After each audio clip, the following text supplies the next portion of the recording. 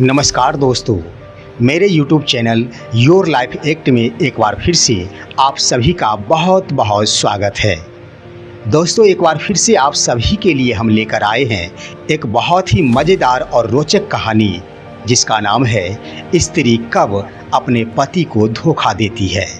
दोस्तों, इससे पहले कि इस कहानी को हम शुरू करें, अगर आपने अभी तक हमारे इस चैनल को सब्सक्राइब नहीं किए हैं तो कृपया अभी सब्सक्राइब कर लेंगे। दोस्तों, आइए शुरू करते हैं यह कहानी। इससे पहले आपसे गुजारिश होगा कि इस कहानी को अंत तक आप अवश्य देखेंगे ताकि आपको कभी कोई धोखा नहीं दे सके। दोस्तों, मीरा एक साधारण गृहिणी है जो अपने पति और 2 बच्चों के साथ एक बड़े शहर में रहती है।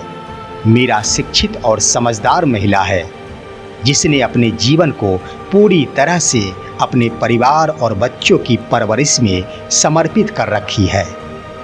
विजय एक निजी कंपनी में उच्च पद पर कार्यरत है और दिन रात मेहनत करता है। बाहर से उनका जीवन खुशहाल और संतुलित दिखता है, लेकिन घर की दीवारों के अंदर एक गहरी खामोशी और भावनात्मक दूरी है जो दिन प्रतिदिन बढ़ती ही जाती है। दोस्तों, विजय के पास घर के लिए समय की कमी है। मीरा को विजय का साथ तो मिलता है, लेकिन उस साथ में वह गर्मजोशी और उत्साह नहीं रह गया है जो शादी के शुरुआती दिनों में था। मीरा को लगता था कि विजय ने कभी उसकी भावनाओं और इच्छाओं को पूरी तरह से नहीं समझा। धीरे धीरे वह उदास और अकेली महसूस करने लगती है और यह उदासी उसके चेहरे पर साफ साफ नजर आने लगती है। मीरा का जीवन अब एक मशीनी चक्र बनकर रह गया है। सुबह बच्चों को स्कूल भेजना, दिन भर घर के कामों में व्यस्त रहना और फिर शाम को पति और बच्चों का इंतजार करना। ऐसे दैनिक दिनचर्या में मीरा अपनी इच्छाओं और सपनों को मानो जैसे खो चुकी हो। कई बार वह विजय से अपनी भावनाओं को साझा करने की कोशिश करती है, लेकिन विजय काम में इतना व्यस्त रहता है कि उसके पास मीरा की बात सुनने का समय ही नहीं होता। दोस्तों, मीरा सोचती है कि क्या उसका जीवन बस यही है? क्या उसने अपने जीवन में केवल एक पत्नी और माँ बनने के लिए ही सपने देखे थे? क्या उसके व्यक्तिगत इच्छाओं का कोई महत्व नहीं है? इन सवालों के जवाब खोजने की कोशिश में मीरा अक्सर रातों रात जागा करती है। उसे लगने लगता है कि उसके जीवन में किसी सच्चे साथी की कमी है जो उसकी भावनाओं को समझ सके और उसे एक इंसान के रूप में महसूस करा सके। दोस्तों, एक दिन बाजार में मीरा की मुलाकात उसकी कॉलेज की एक पुरानी सहेली निधि से होती है।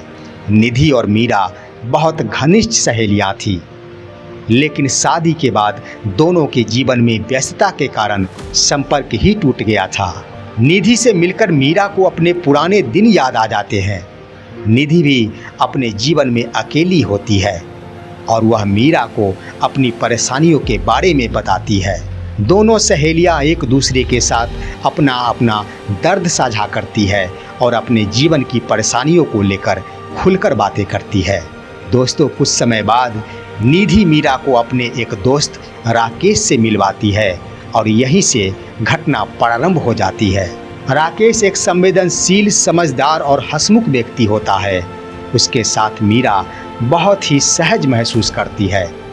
राकेश भी मीरा के जीवन के प्रति उसकी सोच और उसकी समस्याओं को ध्यान से सुनता है और उसे समझने की पूरी कोशिश करता है।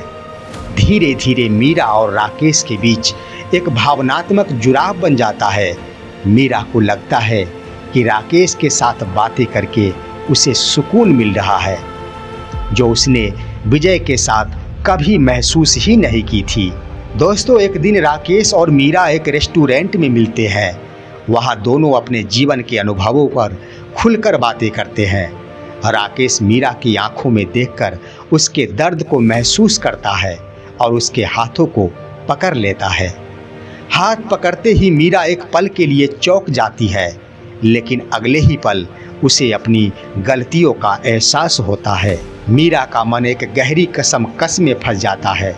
वह सोचती है कि क्या यह सही है क्या मैं अपने परिवार और पति के प्रति निष्ठावान नहीं रह पा रही हूँ? उसके मन में विजय के प्रति एक अपराध बोध भर जाता है। वह अपने बच्चों का चेहरा याद करती है, विजय की मेहनत और उसके प्रति विजय के समर्पण को महसूस करती है। उसे समझ आता है कि विजय के पास समय की कमी है, लेकिन वह अपने परिवार के प्रति सच्चा और ईमानदार जरूर है। दोस्तों, मीरा को यह भी महसूस होता है कि वह विजय के प्यार और उसके समर्पण को समझने में असमर्थ रही है। उसे एहसास होता है कि विजय ने हमेशा अपने परिवार के लिए अपनी इच्छाओं का त्याग किया है। बस उसे इस बात का कभी एहसास नहीं हो पाया कि आखिर विजय जो कुछ भी कर रहा है अपने परिवार के लिए कर रहा है। मीरा अपने भीतर की आवाज़ सुनने का निर्णय करती है। वह खुद से सवाल करती है कि क्या उसे वास्तव में विजय से कोई शिकायत है? क्या विजय ने कभी उसे धोखा दिया है? उसने खुद को विजय के साथ बिताए गए पलों को याद किया और इस बात को समझने की पूरी कोशिश की कि विजय के प्रति उसका लगाव और भावनाएं कितनी गहरी बन चुकी है। दोस्तों, उसे एहसास होता है कि विजय के साथ बिताए गए पलों में एक सच्चाई जरूर छिपी है, एक अस्थायित्व है जो उसके और राकेश के बीच कभी नहीं हो सकता। राकेश के प्रति उसका आकर्षण अस्थायी रूप से है और यह उसके जीवन में अस्थायी सुख कभी नहीं दे सकता। विजय के साथ उसके रिश्तों में एक गहराई छिपी है जो किसी और के साथ कदापि संभव नहीं है। दोस्तों, अगले दिन मीरा राकेश से मिलने का निर्णय करती है और स्पष्ट रूप से राकेश से मिलकर यह कह देती है कि अब उससे वह नहीं मिलना चाहती। वह राकेश को समझाती है कि वह अपने पति और परिवार के प्रति सच्ची रहना चाहती है। दोस्तों, राकेश भी समझदार था। वह मीरा के निर्णय को समझता है और बिना किसी शिकायत के उसके निर्णय को स्वीकार कर लेता है। मीरा अपने जीवन में वापस लौट आती है। धीरे धीरे वह विजय से अपनी दिल की बातें साझा करने का प्रयास करने लगती है। विजय भी मीरा की भावनाओं को समझता है और उसे अधिक समय देने का वादा करता है। उस दिन से दोनों के रिश्ते और भी गहरे हो जाते हैं। अब मीरा अपने जीवन में संतुष्ट महसूस करती है। उसने अपने रिश्ते में एक नया अर्थ खोज लिया है और उसे यह एहसास होता है कि सच्चे रिश्तों में ही असली सुख और स्थिरता बनी रहती है। दोस्तों, इस तरह से मीरा और विजय का जीवन एक नया रूप लेता है। फिर से उनके जीवन की शुरुआत होती है और दोनों पति पत्नी के रिश्ते इस कदर आगे बढ़ जाते हैं कि कोई समझता ही नहीं कि आखिर इनके शादी की कितने वर्ष हो गए। दोनों के बीच प्यार बढ़ जाता है। हर खुशियों के पल में दोनों एक साथ नजर आने लगते हैं। इस तरह से एक रिश्ता टूटते टूटते बच जाता है, लेकिन पुराने रिश्तों में एक गहराई जरूर भर देता है। दोस्तों, यह कहानी हमें यह सिखाती है कि रिश्तों में असंतोष और अकेलापन आ सकता है, लेकिन इसका मतलब यह नहीं कि हम अपने रिश्तों को ही तोड़ दें।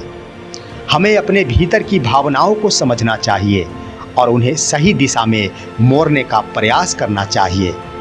मीरा ने अपने जीवन में एक सच्चे साथी के रूप में विजय को अपनाया और उसे इस बात का एहसास हुआ कि असली सुख उसके अपने रिश्ते में ही छिपे होते हैं। दोस्तों, इस तरह से यह कहानी हमें रिश्तों में भावनात्मक संतुलन और संवाद की महत्वता को समझाती है और यह भी सिखाती है कि हमें अपने जीवन के वास्तविक सुख की ओर ध्यान जरूर देना चाहिए। फिलहाल आज की कहानी बस यहीं तक। हम फिर मिलेंगे आपसे अगले वीडियो में। अब दीजिए इजाज़त। नमस्कार।